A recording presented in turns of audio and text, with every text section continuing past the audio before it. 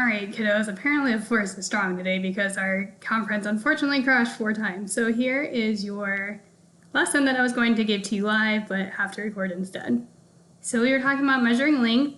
Length is how far or how long something is. So in inches, you can think about it as it's as big as a paper clip. So this would be an inch. So think about when you measure something, what would you measure with paper clips? And then feet is the length of a ruler. So that is 12 inches on a ruler, which equals 1 foot. So what can we use a foot to measure? So some things I came up with. For inches, you might measure a bug or a shoe or a fingernail, maybe snow, like how deep the snow is, depending on how deep it is. Obviously, if it's too deep, you don't want to use inches, you would use feet instead.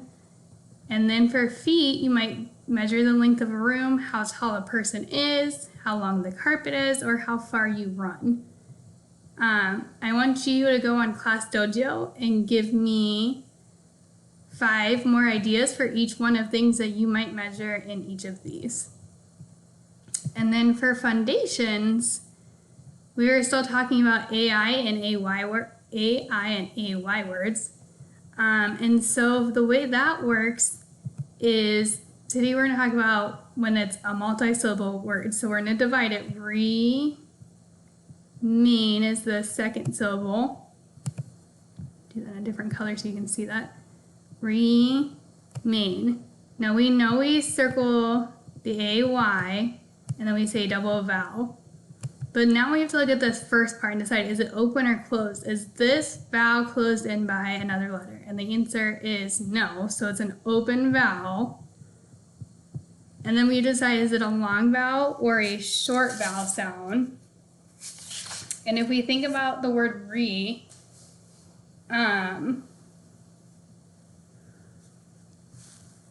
E makes the E, says its name, so it's a long vowel sound.